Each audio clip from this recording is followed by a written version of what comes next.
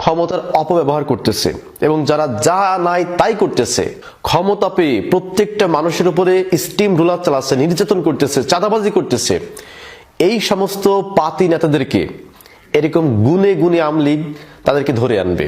যদি বাসায় ঘুমিয়ে থাকে বাসা থেকে তুলে আনবে, যদি মাটির নিচেও থাকে এরা মাটির নিচ থেকে আওয়ামী লীগ ওদেরকে তুলে কয়েকদিনের মধ্যে অসংখ্য বিএনপি নেতাকর্মীকে আওয়ামী লীগ হত্যা করবে।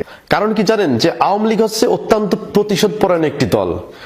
আমি একেবারে সত্য কথাই বলি যে আপনি যদি আপনার এলাকার দিকে যদি আপনি একটু তাকান, যে আপনার এলাকায় 100টা মানুষের মধ্যে দেখবেন যেই মানুষটা সবচাইতে বেশি বদমাইশ, যেই মানুষটা সবচাইতে বেশি মস্তান, যেই মানুষটা সবচাইতে দাঙ্গা করতে পারে, যেই মানুষটা মারামারি করতে পারে, যেই মানুষটা একটু রকচটা রুক্ষ টাইপের, সে আওয়ামী লীগ করে। তো এই রকম এলাকার সবচেয়ে টপ মস্তান গুলা আওয়ামী লীগ করে। যদি আওয়ামী লীগের 100 জন কর্মী আপনি যাচাই করেন